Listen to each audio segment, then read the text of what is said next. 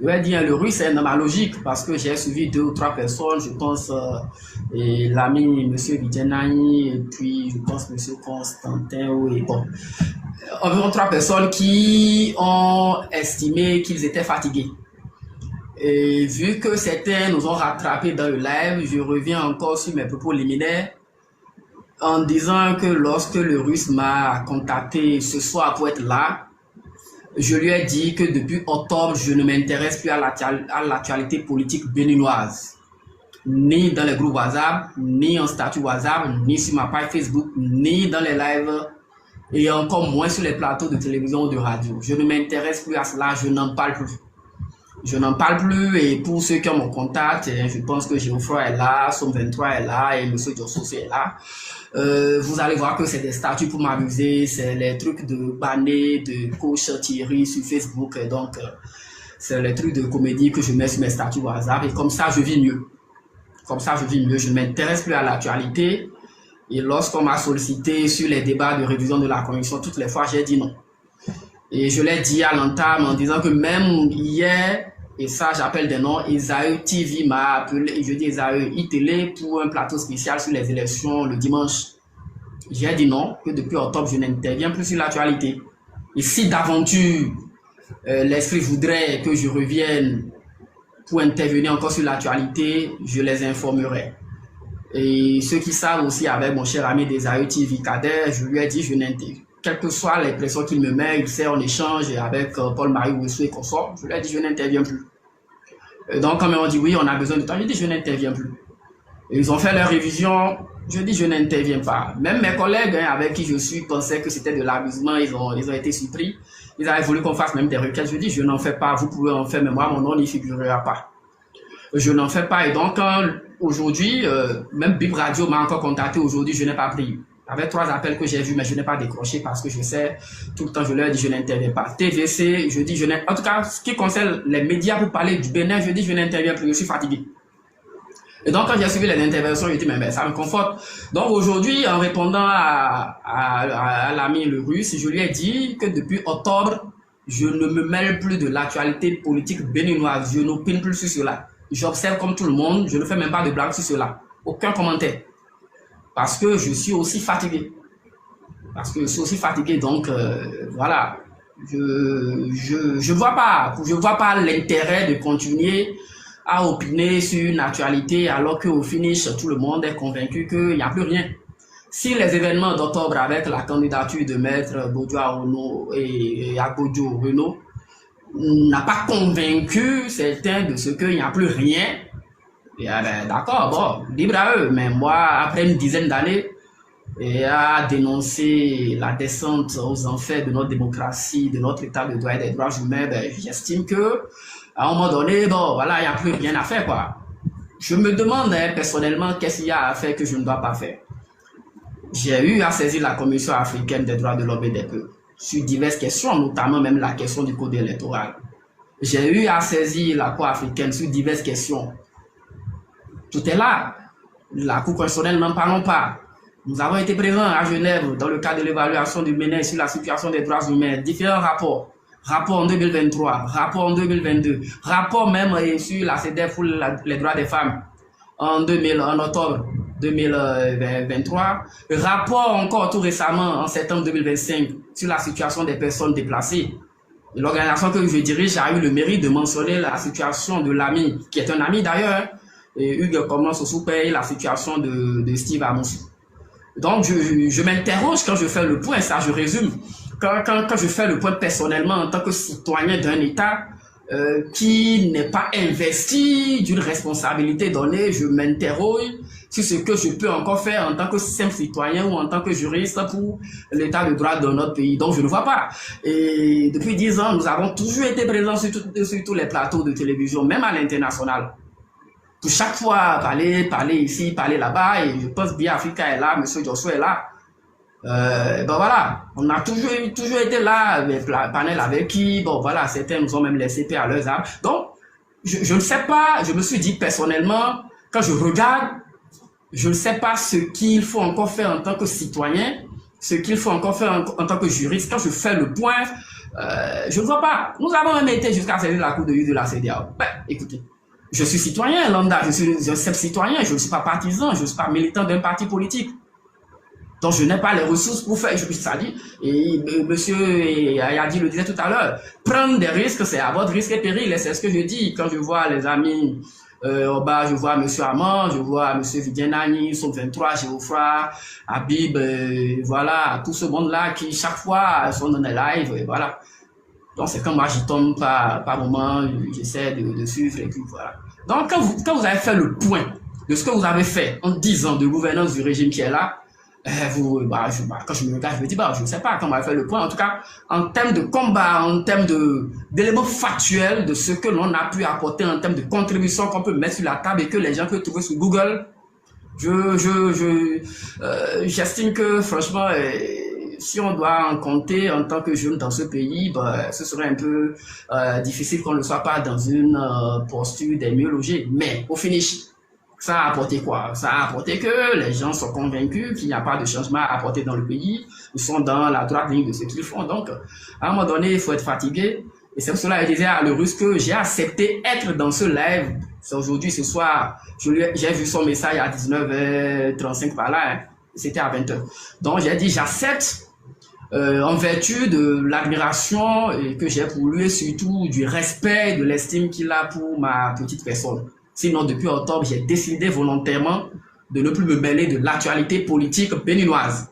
Alors, sur les différentes préoccupations, notamment Madame Georgia, je vous comprends. Et parfois aussi, vous savez, on est habitué. Hein, parfois, il arrive que même des gens qui vous connaissent depuis une dizaine d'années, qui voient votre visage, qui vous suivent depuis Sika TV, Consort Eden TV, etc., qui vous applaudissent sur des sujets, il arrive que sur certains sujets, ils estiment que, bon, voilà, aujourd'hui, vous voulez un poste, aujourd'hui, on vous a appelé, on vous a menacé, ou bien on vous a méconnu, je suis habitué, moi, je suis habitué à ça. Et j'ai coutume de dire aux gens que quand je fais une émission, j'ai du plaisir à aller lire les réactions sur YouTube. Ceux qui sont d'accord, ceux qui ne sont pas d'accord, ceux qui insultent, moi, j'adore ça, je fais même des captures et je fais statut WhatsApp avec Jean-Ri. Parce que c'est aussi ça la démocratie. Je ne peux pas être en train de dire que je lutte pour les libertés fondamentales et empêcher les autres de me critiquer. Ce serait une incohérence. Donc moi j'ai du plaisir quand les gens s'estiment qu'aujourd'hui tu n'as pas été bon, aujourd'hui tu as été appelé, aujourd'hui tu veux de poste. Je dis c'est aussi ça. C'est cette liberté-là que nous voulons pour notre pays, que chacun soit libre de dire ce qui lui passe par la tête quand il est content. Et ça permet à ce qu'il y ait un climat de paix dans le pays. C'est lorsque les gens n'ont pas la possibilité d'exprimer ce qu'ils pensent que généralement ils l'expriment autrement, pas les situations que nous connaissons un peu partout dans les pays qui nous entourent. Donc c'est ça. Et à plus forte raison, hein, quelqu'un qui ne vous connaît pas, et bon voilà, l'interprétation est vite fait aussi, et là ça se comprend. Je voudrais préciser que nous avons démarré le live, ça fait un petit bout de temps, certainement que vous nous avez rattrapé. Et l'intervention que je faisais, dont vous avez certainement rattrapé le bout, c'était à la suite de quelques interventions de l'ami de monsieur Ayadi, et l'ami Somme 23 et un autre là, sur, je pense que ça doit être, j'oublie le troisième, donc sur la situation des LD. Donc, monsieur Vidjana, vous avez vu sa position par rapport aux LD, les deux autres estiment qu'il faut cesser de condamner les LD, de toujours condamner les LD, etc. Donc la question à laquelle je répondais, c'était de savoir est-ce que les LD devaient participer aux élections, oui ou non et tout. Et j'ai fait une réponse en deux temps, parce que je suis juriste et donc pas de formation. La première partie avait été de montrer que lorsque l'on considère tout ce qui s'est passé, on est à même de dire que les LD n'avaient pas besoin d'aller encore à cette élection-là, parce que vous avez déjà été mis hors course pour les présidentielles et mis hors course pour les élections communales. Qu'allez-vous chercher finalement aux élections législatives? Et j'estime et je dis là que l'on va donc donner raison à ceux qui pensent que nous sommes en présence d'une validation de la présence aux élections pour légitimer les élections législatives. Donc c'était ça. Je ne sais pas quel bout vous avez pu rattraper. Et après je dis, il faut aussi essayer de comprendre. Il faut essayer de comprendre parce que les gens vont se dire, nous avons été écartés pour les élections présidentielles, pareil pour les élections communales. Menons le combat jusqu'au bout et par conséquent, nous allons aux élections législatives, quoi qu'il advienne. Et s'ils ont eu la chance d'avoir été validés pour les législatives, se disent, bon, d'accord, allez-y. Et je dis que je ne suis pas de leur obédience politique, je ne sais pas sur quel calcul ils se sont basés pour vouloir aller aux élections, mais que j'estime en retrait en tant qu'observateurs que se sont dit qu'ils ont certainement la capacité, tout au moins à défaut de remporter des sièges, d'empêcher les candidats, voilà, dire, la majorité présidentielle et ses affiliés, d'avoir 20% dans au moins une circonscription électorale. Et j'ai dit certainement dans la 8e. Et je pense que la 8e, je ne sais pas si j'ai une bonne information, mais la 8e, ça doit être la circonscription de Parakou. En tout cas, la circonscription de Parakou, Chao et autres.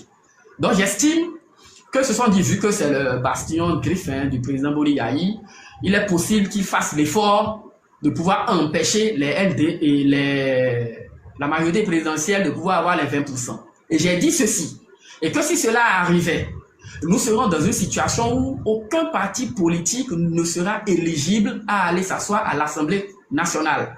C'est l'analyse que j'ai faite, que si cela arrivait. Ça, c'est une hypothèse. Moi, je ne viens pas avec des certitudes, je fais des hypothèses, j'émets des hypothèses qui peuvent être confirmées après ou infimées. Donc, si cela arrivait, on sera dans une situation. Et j'ai dit, alors là, la seule personne qui pourra parler sera la Cour constitutionnelle. Et là, nous allons voir alors finalement ce qu'ils vont dire.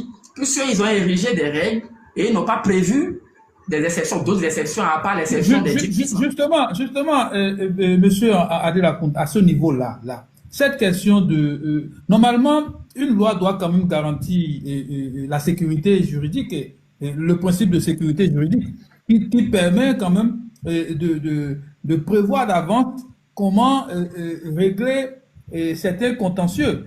Et lorsque la probabilité du contentieux est réelle, est flagrante du moins, et que le législateur n'a pas prévu ce qu'il faut faire lorsqu'on sera dans ce contentieux. Je donne comme exemple. La loi prévoit que chaque parti puisse avoir au moins 20% dans chaque circonscription électorale. Bien. La loi a prévu des accords de gouvernance et autres. Maintenant, au cas où aucun de ces partis n'a pu réunir ces conditions, là nous sommes dans un imbroglio. Qu'est-ce qu'il faut faire? Est-ce que là, nous allons laisser le juge constitutionnel légiférer encore? Pourquoi? C'est justement sur cette question que je voudrais qu'on puisse opiner et voir. Et à travers cette question, on peut comprendre l'esprit du législateur. Et pourquoi le législateur a fait exprès de laisser ce vide juridique. Merci beaucoup. C'est une question pertinente qui confirme un peu ce que j'aime bien faire. Je vous l'ai dit, j'ai dit je suis fatigué d'intervenir sur les sujets parce que pour moi ça devient redondant en réalité. Ce sont des sujets que nous avons eu tout le temps d'aborder un peu partout. On a tellement fait d'émissions et vous savez ce qui est bien, j'aime être factuel. Sur cette préoccupation-là, on dit que j'ai fait une analyse d'une page lorsque le député Orden Aladati, qui est un aîné, qui est un ami, donc, a fait sa sortie à l'époque. C'était sur l'ORTV ou Canal 3, entre les deux chaînes. Je pense qu'il a fait sur l'ORTV, il est venu détailler sur Canal 3, quelque comme ça. En tout cas, les deux chaînes. Pour dire que lorsque l'on va se retrouver dans la situation dont nous parlons, et voilà, il appartiendra au juge constitutionnel et donc juge électoral, en ce qui concerne les élections législatives, de trancher.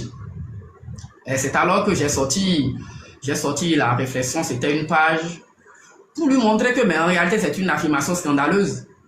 Vous ne pouvez pas, en tant que législateur, vouloir légiférer, voir une difficulté, voir un danger, et venir nous dire que lorsque le vide va se poser, nous allons laisser le juge décider. Mais c'est suffisamment dangereux. C'est une analyse...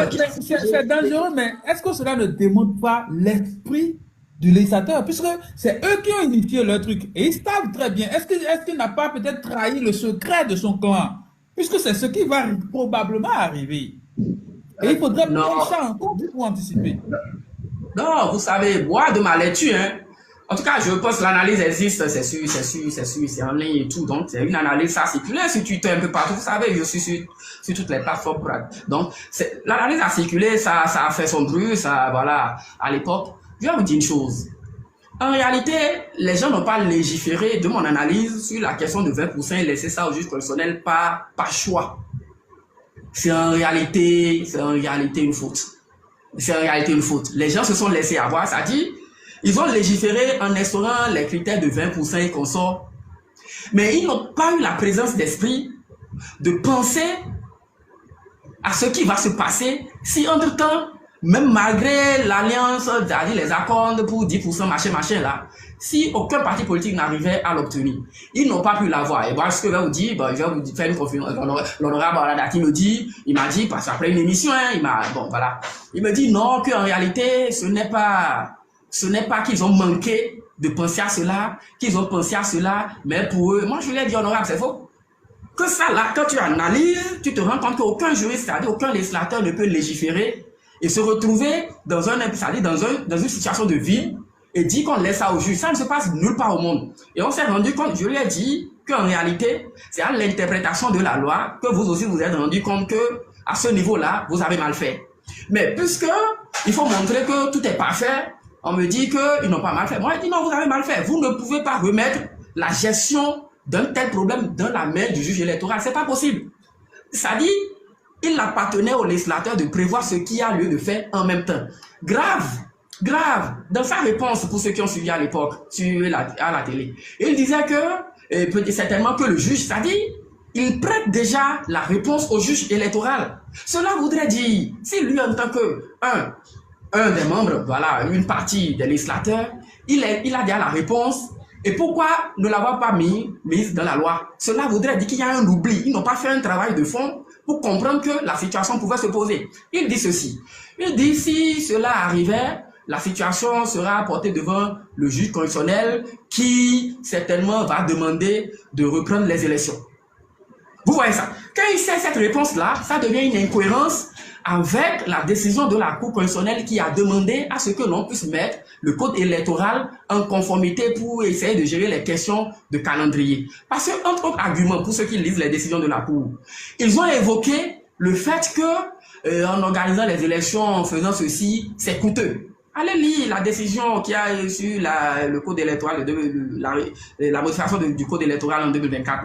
C'est ça, ils ont parlé de la question financière. Et donc, si vous dites qu'en faisant ce que nous sommes en train de faire maintenant, nous permet de ne pas trop dépenser, et que vous-même vous revenez dire que le juge dira certainement qu'il faut reprendre les élections, mais les élections ont un coût. Cela voudrait dire que ce n'est plus la solution que vous vous apportez n'est plus en conformité avec l'esprit de la décision du juge. Quand vous faites l'analyse, vous vous rendez compte que les gens ont été surpris par la situation qui certainement va arriver, mais certainement ne va pas arriver parce qu'ils savent que si ça arrive, ça va créer de difficultés. Donc voilà un peu les analyses. Moi, aujourd'hui, c'est des situations que nous avons longuement débattues et je pense que tout le monde est là. Le code, il est là désormais. C'est malgré cela que les LD ont décidé d'aller aux élections. Et j'ai dit, et d'ailleurs même j'ai encore dit, je pense que c'est ici dans ce live, j'ai dit que moi, dans ma zone, je n'ai vu que 4 véhicules. Depuis qu'ils ont démarré les campagnes électorales, j'ai vu seulement 4 véhicules d'un parti politique de la majorité présidentielle circuler au niveau de mon carrefour. 4 voitures. À part ça, je n'ai rien vu. Et j'ai dit que nous avons un certain âge. Et nous savons ce que c'est que la ferveur électorale dans notre pays lorsqu'il y a élection. J'ai vu 4 véhicules. Je ne peux pas sortir maintenant. Bon, même si les gens n'ont pas encore déchiré, c'est à 0 heure. Mais je n'ai vu des affiches collées nulle part dans mon quartier. Je vous dis nulle part. Et j'ai dit dans ce live que je n'ai vu de regroupement ou d'attroupement nulle part pour parler des élections. Peu importe les partis politiques, qu'il s'agit de la majorité de l'opposition. Je n'ai rien vu qui puisse me dire qu'il y a élection. Tout ce que j'ai vu et j'ai dit que c'est seulement sur Canal+. Et le numéro 1, Benet TV. Les candidats viennent parler de leur projet de législature.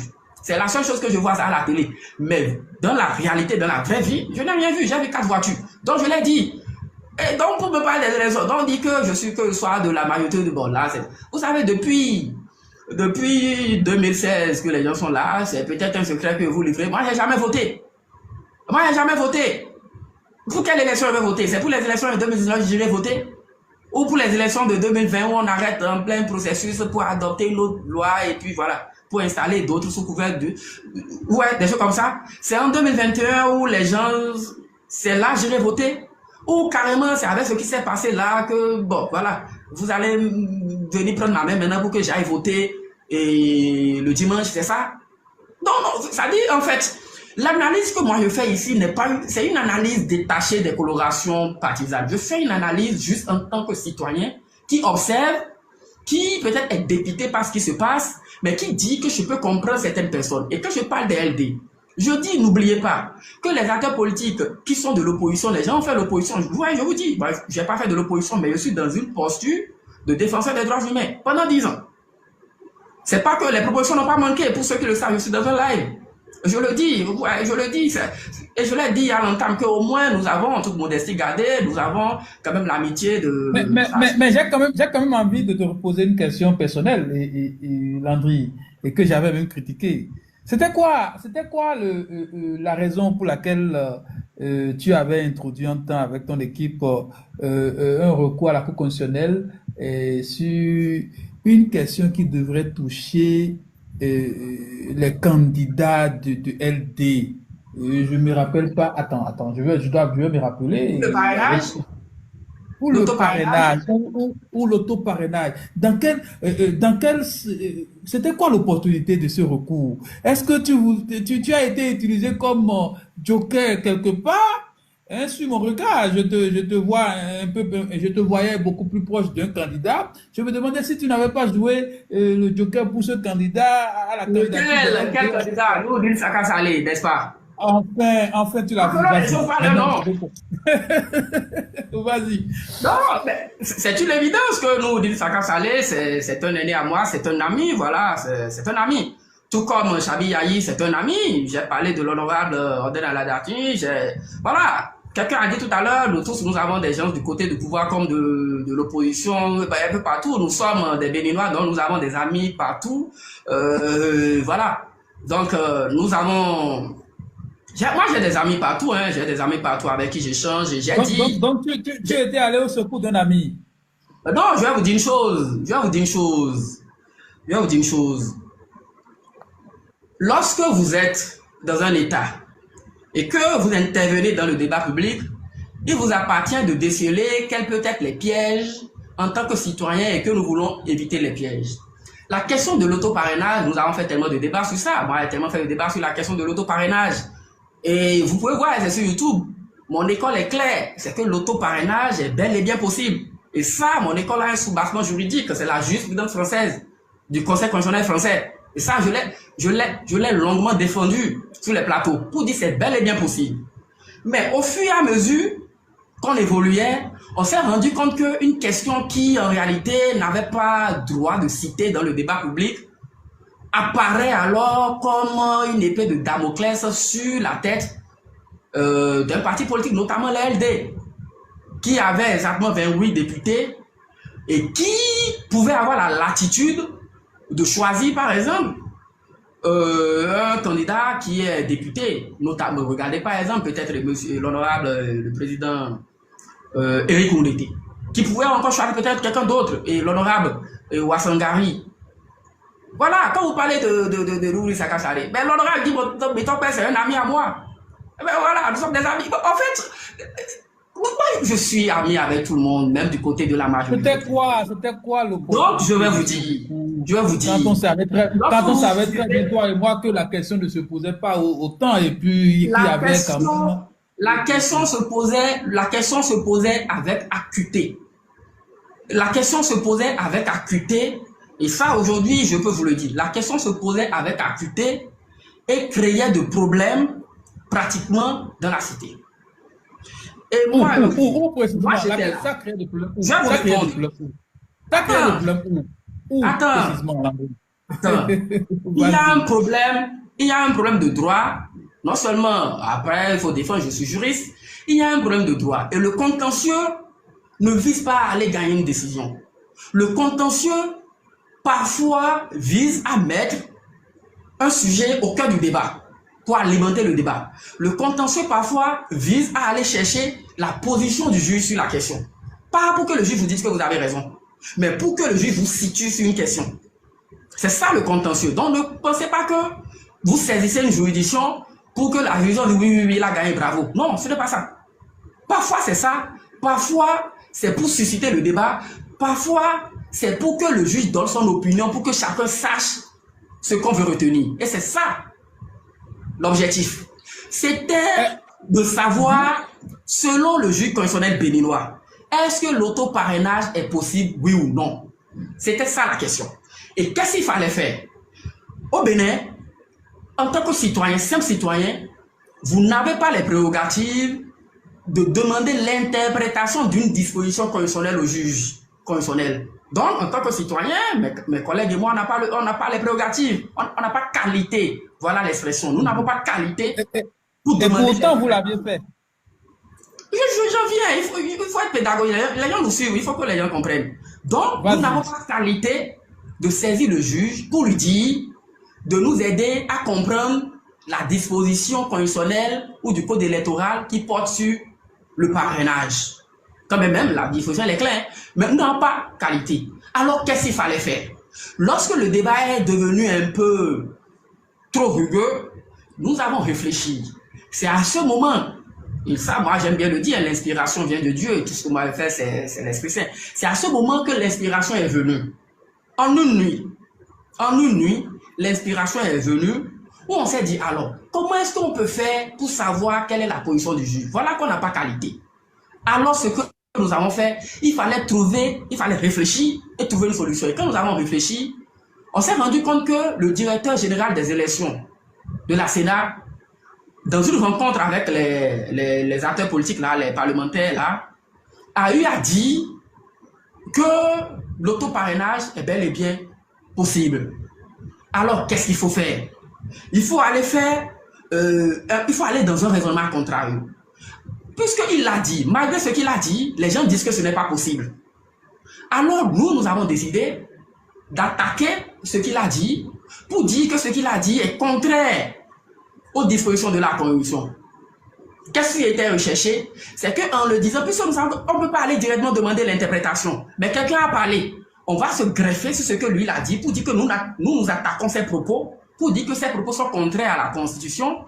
Et la Cour pourra nous dire, oui, ces propos sont conformes, non, ces propos ne sont pas conformes. Et si la Cour réagissait ainsi, alors tout le monde est désormais fixé sur le fait que l'autoparrainage est possible ou l'autoparrainage n'est pas possible. Voilà l'esprit de la chose. Beaucoup n'ont pas compris, mais je pense que ce qui est heureux... Mais justement, la Cour constitutionnelle a toujours pensé que a toujours dit que vous n'avez pas eu qualité à le servir. Lisez bien la décision de la Cour constitutionnelle. Lisez bien la décision de la Cour. Vous allez voir que c'est une belle décision. La Cour a dit que nous n'avons pas qualité, mais que nous avons cherché à contourner les règles pour lui faire, vous voyez, pour lui demander de se prononcer sur l'autoparrainage. C'est pour vous dire que ce que nous avons montré en surface, puisque ce ne sont pas des apprentis juristes qui sont là-bas, et que ce sont nos patrons qui sont là-bas, ils ont compris en réalité que c'est une stratégie pour amener la Cour à trancher la question de l'autoparrainage. Et je voudrais vous inviter à suivre également l'intervention de l'ancien secrétaire général de la Cour constitutionnelle, le docteur Gilles Badé, sur l'ORTB. Il a expliqué sur l'ORTB qu'il connaît ces juristes-là et qu'en réalité, l'objectif poursuivi, c'était de contourner les règles pour que la Cour puisse dire clairement si l'autoparrainage est possible ou non. Et lorsque vous calculez en tant qu'observateur de la scène politique, calculez bien. La requête est intervenue à un moment où, et vous allez voir que même les LD, qui devaient déjà sortir leur liste, leur rapport, ont dû surseoir à leur rapport pour atteindre la décision de la Cour constitutionnelle. Voilà, justement, et c'est là, je vais profiter, puisque tu es là, je vais profiter pour te dire l'analyse que j'ai eu à faire personnellement sur cette affaire. J'étais attaqué ici. J'ai dit, Landry savait très bien qu'il n'a pas qualité à saisir la Cour constitutionnelle dans ces conditions.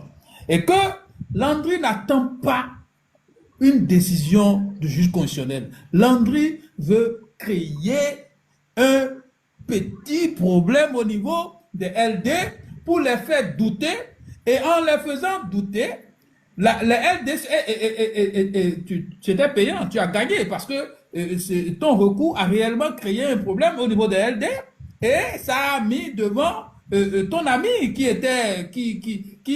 devant certains députés n'avait pas le poids. Mais lorsqu'on jette le doute dans la fourmilière au niveau des LD, pour avantager ton ami, et puis tu as bien réussi. Tu as bien réussi, c'était l'analyse qu'on a fait. Et tu sais très bien, tu sais très bien, toi, bien, que tu n'avais pas qualité à saisir la Cour. Et oui, je voudrais résumer. En réalité, le directeur des élections avait déjà tranché cette affaire. Mais tu as quand même suscité le débat. C'est bien, bravo, moi je t'ai applaudi. Je sais que ce n'était pas un recours juridique, c'était beaucoup plus politique ce que tu as fait. Non, On va évoluer. en réalité, il faut vous le dire en toute sincérité. Je pense que LDSS, il aura le temps peut-être de vous le dire. Donc, c'était pas pour avantager LDSS. Et vous savez ce qui est bien? Ce qui est bien, c'est que vous connaissez les membres des partis et du parti, les LD. Donc, vous les connaissez tous. Vous pouvez, je peux vous avouer que aussi, ils sont perdus dans la chose aussi, hein, donc non, il ne s'agit pas parce que vous savez, pour ceux qui savaient très bien, il y avait tellement de véritables soucis, il y avait de soucis, il y avait de soucis. Et vous voulez que je vous dise la vérité de comment les choses sont passées? Allez-y, nous sommes là vous pour ça. Vous voulez que je vous dise la vérité? Que sont les gens sont vivants? Je vous ai dit que le déclic est venu en une nuit. Et ça, je vais le dire ici et vous allez voir. En réalité, j'étais là.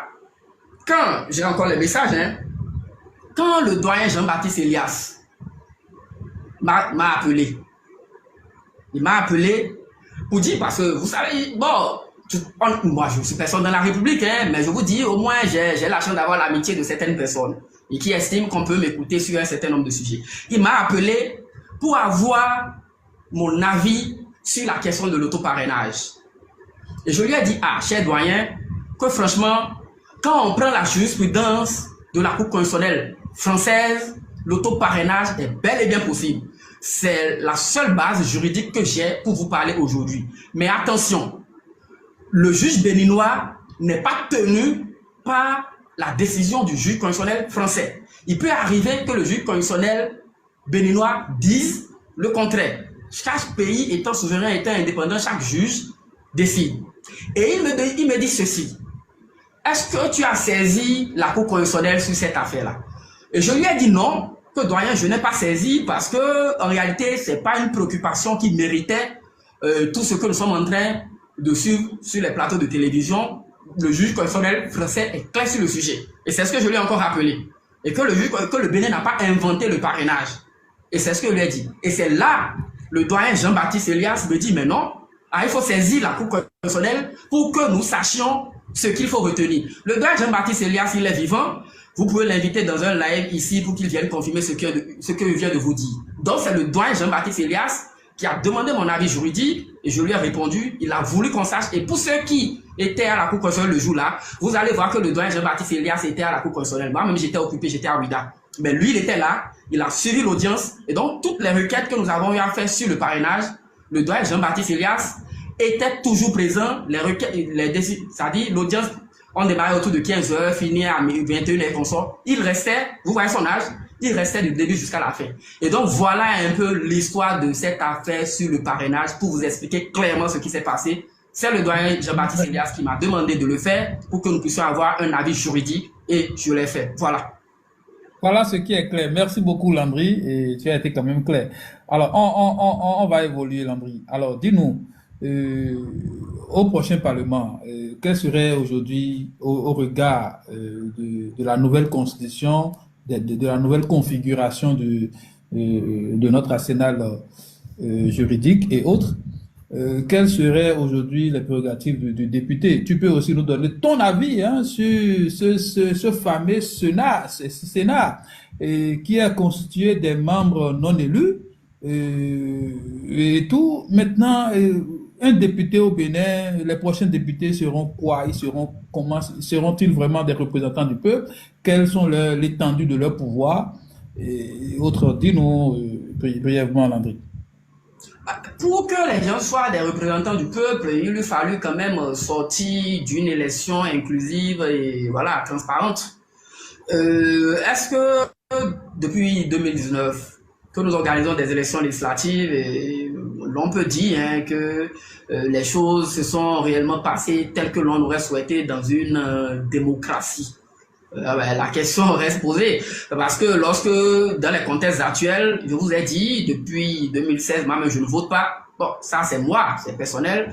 Je ne vote pas parce que je ne vois pas l'intérêt de voter. Et c'est pour cela que j'ai défini à l'entame de ce live ce que c'est que l'élection et tout. Voilà, il faut avoir des offres. Donc s'il n'y a pas d'offres, donc notamment est-ce qu'on peut estimer que ce Parlement-là aura une grande légitimité? Bon, je m'interroge, je ne sais vraiment pas, parce que là, le choix du peuple, si vous voulez être représentant du peuple, il faudrait que vous soyez le choix du peuple, n'est-ce pas? Là, maintenant, c'est que on aura, comme nous l'observons depuis quelques années, un choix par défaut. Et j'ai dit même dans ce live qu'on a vu des gens qui n'ont jamais rêvé pouvoir se retrouver à l'Assemblée nationale, qui se sont retrouvés là. Et ça, c'est dans les deux camps, hein. Ah, c'est dans les deux camps. C'est dans les deux camps. Vous savez, il y a beaucoup de choses qu'on ne peut pas dire en public. Mais bon, c'est un peu compliqué. C'était nous non. Ici, on ne parle pas sans être précis. Imaginez qu'il y ait des gens, des députés dans un pays donné.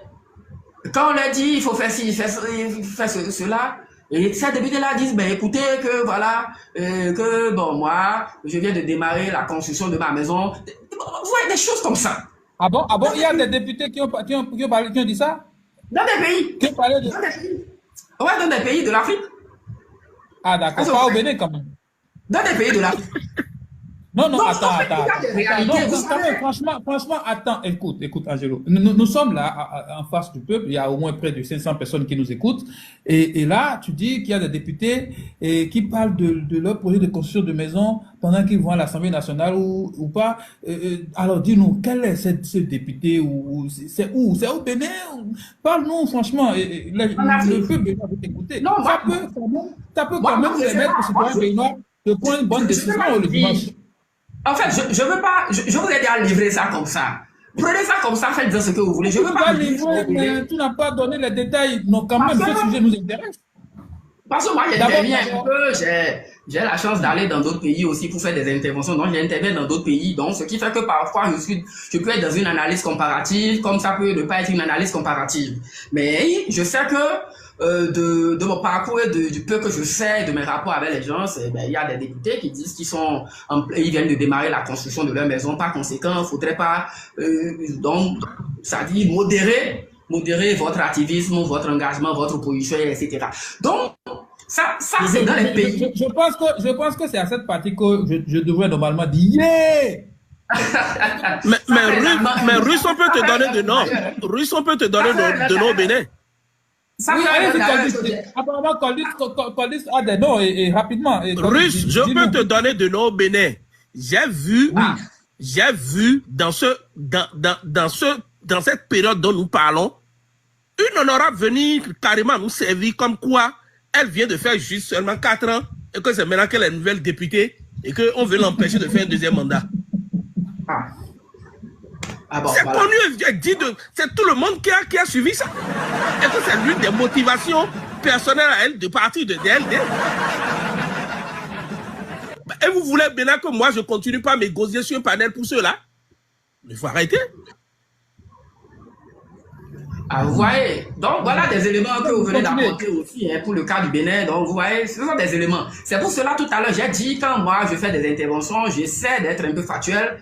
Et c'est pour cela je dis aussi les LD en allant aux élections, soit ils décident de vouloir poursuivre le combat jusqu'au bout. Et j'ai dit n'oubliez pas, les gens ont fait 10 ans d'opposition. Et j'ai dit tout à l'heure que le personnel politique béninois, que l'on soit de l'opposition de la majorité présidentielle, la plupart d'entre eux vivent de la politique.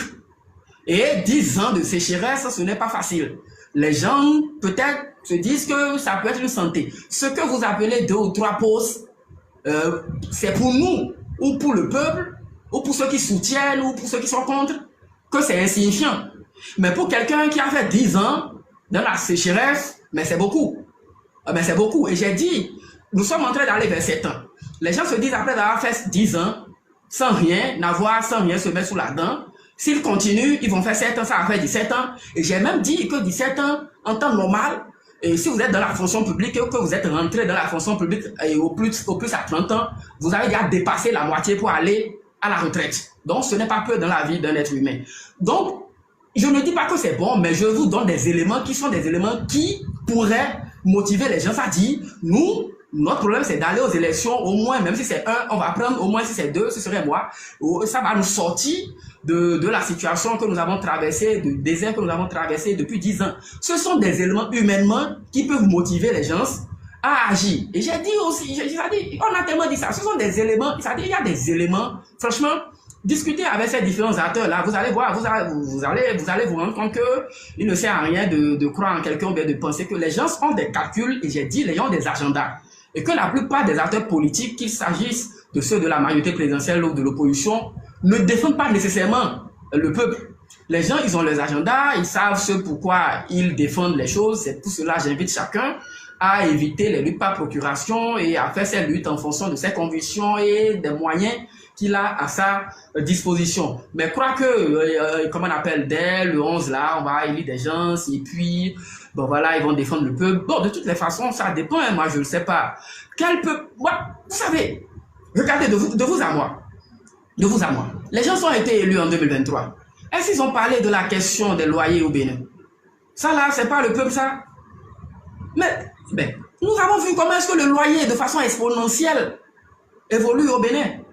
Mais est-ce qu'ils n'ont jamais parlé de ça une fois? C'est normal qu'ils n'en parlent pas. Quand vous êtes à environ 7 millions de francs CFA comme ça le mois, ben, vous ne pouvez pas réfléchir comme quelqu'un comme moi ou comme la majorité de notre population. Vous voyez un peu, vous ne pouvez pas réfléchir. Donc ils ne vont pas parler de ça. Ne leur demandez pas combien de fois les gens ont parlé de la question du travail. La seule fois où les LD en ont parlé, ils ont déposé une loi là qui n'a pas fait long feu. Alors, finalement, l'Assemblée nationale, ça sert à quoi? Ça sert à quoi au peuple béninois? Le Parlement sert à quoi? C'est pour répondre aux besoins du peuple béninois. Quelqu'un a parlé tout à l'heure de la question des dialysés. Merci beaucoup. Vous voyez, je peux passer toute la nuit à parler, mais ce sont des éléments factuels. Entre 2021 et 2022, nous avons saisi la Cour constitutionnelle sur la question des dialysés pour dire que le Bénin ne peut pas suspendre l'aide que l'État apporte aux dialysés parce que là, mais quand même, c'est déjà acquis et puis c'est une question de droit à la santé. Droit à la santé est un droit fondamental et nous n'avons pas les moyens et tout. Donc, nous avons bâti l'argumentaire. La décision existe de la Cour constitutionnelle. Et la réponse du gouvernement béninois est dans la décision de la Cour constitutionnelle où le gouvernement a estimé que voilà, ils n'ont pas le moyen, mais ils sont très... Bon, des choses comme ça. Mais la Cour constitutionnelle de notre pays a estimé que c'était conforme à la Constitution. Des années après, vous voyez, de 2021 ou 2022... Sur quel motif la Cour constitutionnelle a infirmé votre recours? Ah, mais elle estime que, voilà, qu'en agissant tel qu'il l'a fait, le gouvernement béninois n'a pas violé la Constitution, c'est tout, et que le gouvernement, en fonction de ses moyens, voilà, devait pouvoir décider de ces questions-là.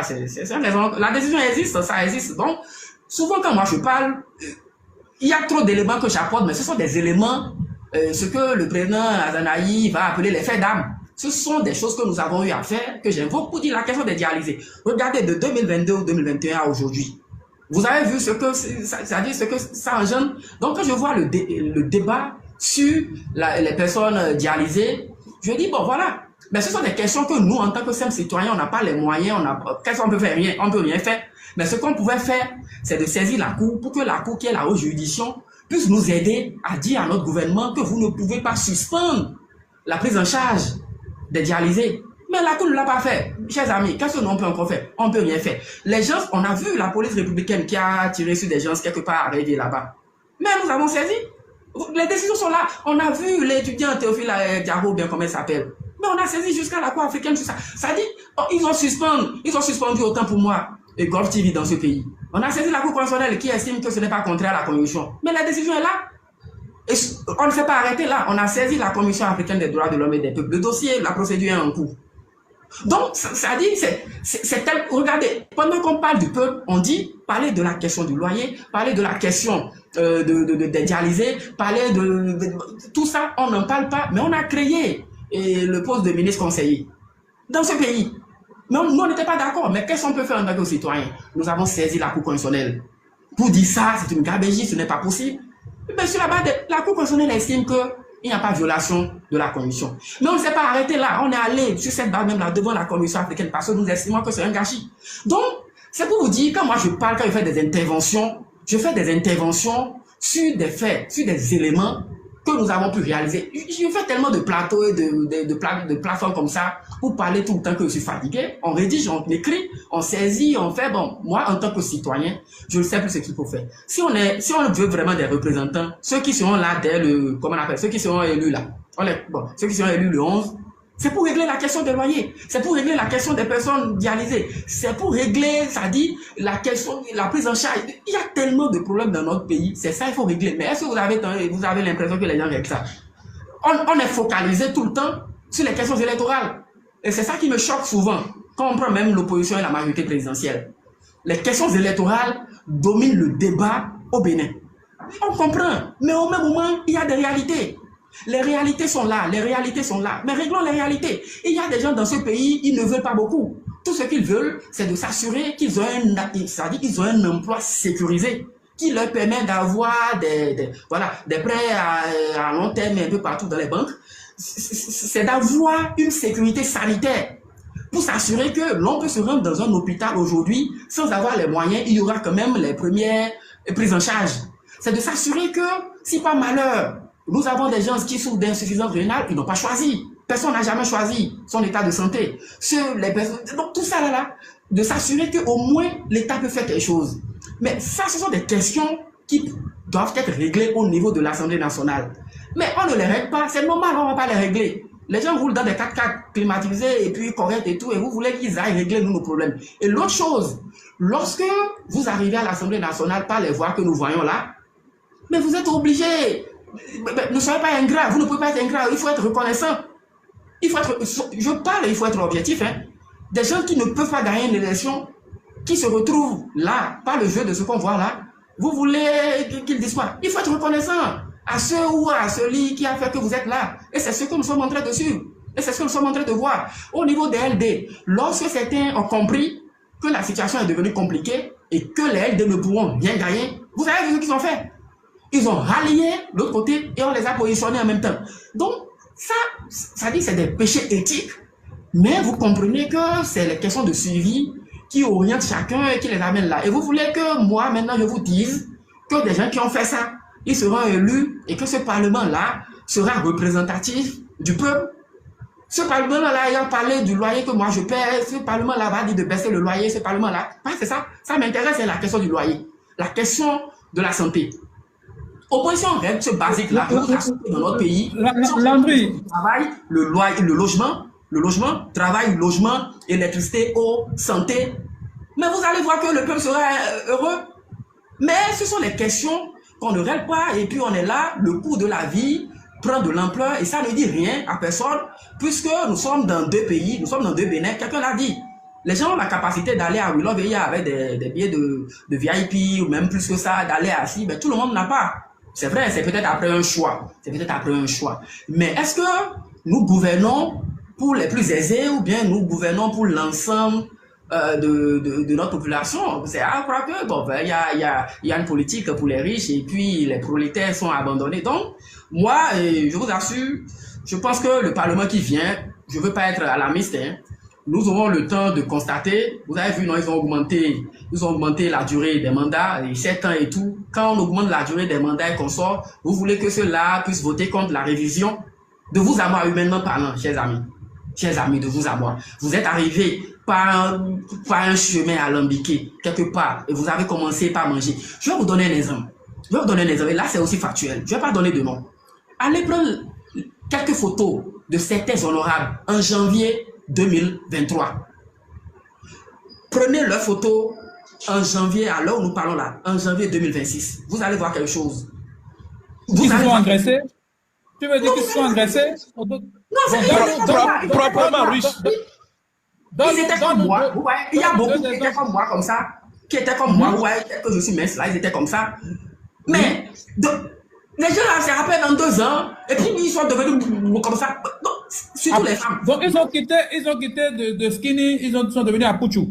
Voilà. Donc, ça dit que oui, ça fait rire, mais ce sont des éléments objectifs qu'il faut voir. Quelqu'un qu'on a sorti de sa situation comme ça, qui n'a jamais rêvé, qui est sorti de ça. Vous voulez, donc, c'est ça il faut régler. Ça dit que quand les combattants accèdent au pouvoir, c'est autre chose. Mais quand des parvenus, des arrivistes, accèdent au pouvoir, c'est encore autre chose. Les gens n'ont jamais lutté, n'ont jamais pris de risque. Vous savez bien ce que c'est que de prendre de risques encore dans un contexte du gouvernement qui est là. Vous savez, c'est pas facile, hein. C'est pas facile. Donc les gens n'ont jamais fait ça. Ils n'ont jamais été inquiétés. Ça dit, non, bon, vous voyez, tout est facile. Bon, vous voyez, et moi, avait dit que ceux-là, vous n'avez pas apprécié le Parlement qui est là. Le Sénat, vous voyez encore, c'est autre chose qui est créé. Le Sénat, faisons le budget. Moi, je ne vais même pas parler de la période là. Faisons le budget. Si on se préoccupait réellement de ce que nous on vit, moi, je ne vois pas l'utilité du Sénat. Je ne vois pas l'utilité du Sénat dans ce qu'on est en train de dire là. Hein? On crée des choses pour les mêmes personnes. Imaginez, regardez, nous sommes tous pratiquement proches de 40. Mais imaginez, les gens qui ont toujours mangé avant 90 sont là, ils sont toujours en train de manger. Et de temps en temps, on tourne, on change, on tourne, on change. Les gens ont fait 30 ans. Pour ceux qui ont travaillé, ont fait 30 ans de carrière dans la fonction publique. D'autres sont même douaniers et tout. Vous comprenez, vous savez ce que c'est? On a vu, on connaissait le trait de vie des douaniers. D'autres sont devenus politiques depuis des années. Tu fais certainement allusion au président de l'Assemblée. Qui est mon aîné? Qui est mon aîné? C'est mon père d'ailleurs. Donc, bon, je ne parle pas de lui, mais il y a certains qui sont. Donc, vous voyez, donc, les gens, ils ont tellement bénéficié de tout ça, toute leur vie. Et quand vous regardez, observez, je voudrais nous inviter. Prenez les parcours de ceux qui nous gouvernent un peu partout, qu'ils soient l'opposition, la mouvance. Vous allez voir, vous allez croire qu'ils sont nés sous une étoile qui est différente de la nôtre. Ça dit, depuis leurs 23 ans, 25 ans, ces messieurs-là ont commencé à occuper de grands postes. Jusqu'à 30 ans, jusqu'à 35 ans. Mais aujourd'hui, regardez, nous on est au-delà de 35 ans. Ils vont vous dire, vous êtes jeune, patientez. Vous êtes jeune, patientez. Vous êtes si... Et ce qui est dramatique, c'est de voir que dans l'un ou l'autre des camps, il y a quand même des jeunes qui trouvent qu'on peut se mettre derrière des gens, ça a commencé à les applaudir, à tout va. Non, bon, vous savez, moi, j'ai un esprit un peu, je suis libertin, donc je suis indépendantiste, et donc je ne vois pas que des jeunes puissent se mettre à aller applaudir des choses comme ça. C'est pour cela, ne me retrouvons pas dans le jeu qui se passe là. Le 11, je vais encore appliquer ma jurisprudence que j'appliquais depuis 2016, c'est-à-dire quoi? Je vais rester dans ma maison et observer sur la toile les tendances et ensemble nous allons apprécier. Mais je pense que, bon, si je le pense, hein, je ne pense pas que les FD puissent... Donc, Landry n'ira pas le dimanche faire son devoir civique. Pour moi, je ne dis pas aux autres de ne pas y aller. Hein. Le droit de vote au Bénin, c'est le droit d'aller voter ou de ne pas voter. C'est un droit qui est à la fois positif et négatif. Donc, vous voyez, vous pouvez aller voter comme vous ne pouvez pas aller voter. Seulement que si vous n'allez pas voter, ceux qui seront issus des élections, ça vous engage également. Le Parlement de 2019, là, les lois qui vont adopter, c'était seulement c'est pour nous tous, non? Ceux qui seront aussi élus pour 7 ans, c'est pour nous tous, nous allons les reprendre. Il n'y a pas de souci, nous sommes là, mais jusque, si je dois aller voter, il faudrait que j'ai la conscience que mon vote peut apporter un changement. Moi, mon vote dans ce qui se passe là, qu'est-ce que ça peut apporter? Ça ne peut apporter absolument rien. Donc, je ne vois pas pourquoi est-ce que... Sinon, j'avais pris toutes les précautions pensant que les élections seraient une fête. J'avais pris toutes les précautions pour aller voter. Même si c'est pour voter aux amis de la majorité présidentielle. Parce que vous savez, j'ai tellement d'amis qui sont candidats du côté de la majorité présidentielle. Mais au moins que ce soit une fête. Mais là, maintenant, ma voix ne servira à rien. Déjà, je ne suis rien dans la République, c'est une évidence. Mais au moins, le bulletin de vote, comme l'a rappelé le professeur Joseph Dobenow à l'époque, c'est une arme pour le citoyen. C'est ça qui nous permet d'orienter nos choix. Mais là, maintenant, c'est comme si on nous arrachait nos choix. Et vous voulez que moi, je sorte pour dire que je vais aller voter? Je ne sais pas vivre dans l'hypocrisie. Et donc, moi, je vais rester chez moi. Mais ceux qui peuvent voter, je les invite à sortir massivement à aller voter à qui ils veulent. Que ce soit la majorité, que ce soit l'opposition ou bien que ce soit bulletin nul. En tout cas, ceux qui peuvent sortir, ils n'ont qu'à sortir pour aller voter. Le reste, c'est que nous allons apprécier avec le temps et nous allons prier pour qu'avec le temps, les choses peut-être puissent rentrer dans l'ordre. Voilà tout ce que moi je peux souhaiter. Hein. Et tout à l'heure, Landry a évoqué le professeur Dobenow. J'avais joué l'une de ses anciennes interventions tout à l'heure. Je voulais avoir ton avis. Et je vais encore rejouer. Tu vas nous donner ton avis aujourd'hui, 10 ans après. Qu'est-ce que tu penses de cette intervention? On écoute ensemble. Nous avons une démocratie qui permet à certains d'avoir des rentes, de confisquer le circuit économique, d'éjecter du pays celles et ceux qui pourraient contribuer à son développement, de se constituer sa propre communauté et de les maintenir sous sa domination, d'appauvrir davantage pour dominer. Chacun sait là où il faut lever les fonds, comment on peut faire. Et quand on finit de lever les fonds, bien celui qui a remis les fonds, c'est à lui qu'on va confier le port de Cotonou. C'est à lui qu'on va confier la douane. C'est à lui qu'on va confier tant et tant. Et puis c'est aux enfants du Bénin que l'on va refuser l'accès aux fonctions du Bénin. De l'Afrique de l'Est, de l'Afrique de l'Ouest, de l'Afrique du Centre. Dit que dans ces pays, ça va très bien. Parce qu'il y a un gouvernement très fort. Il y a des gouvernements très forts qui peuvent seuls décider, d'accord, de belles routes, d'accord, une administration au garde à vous. D'accord. On ne fait rentrer dans ces pays que ce que le gouvernement dit. Et nul ne sort si le gouvernement ne décide pas que ces personnes vont sortir. D'accord. Mais dans ces pays, la crise est reportée. La crise n'est que reportée. Le Bénin, c'est l'inverse. Nous avons acquis très tôt la liberté. C'est avec la liberté que nous allons assurer notre développement. Chacun doit faire un vote utile et un vote très franc. Il ne faut pas laisser à une institution juridictionnelle le choix de désigner. Il faut faire un vote très franc. Nous avons une démo. Alors, Angelo Landry Adelakou, quand tu écoutes Joseph Djogbenou aujourd'hui, quel est ce sentiment que tu as? C'est ce qui donne parfois à des gens comme Vidjanaï de dire que les intellectuels de ce pays sont des intellectuels tarés. C'est ce qui fait en sorte que certains citoyens développent une certaine acrimonie vis-à-vis des juristes. Comment comprendre que des juristes, lorsqu'ils ne sont pas au pouvoir, sont tellement, comment dirais-je, ont quand même le bon sens. Ils argumentent bien, ils sont légalistes, ils sont démocrates, bon teint. Mais une fois au pouvoir, on change tout, on va jusqu'à dire que gouverner, c'est exclure. Alors, Landry, donne-moi ton avis par rapport à ton professeur Joseph Djogbenou et ce que tu viens d'entendre ici.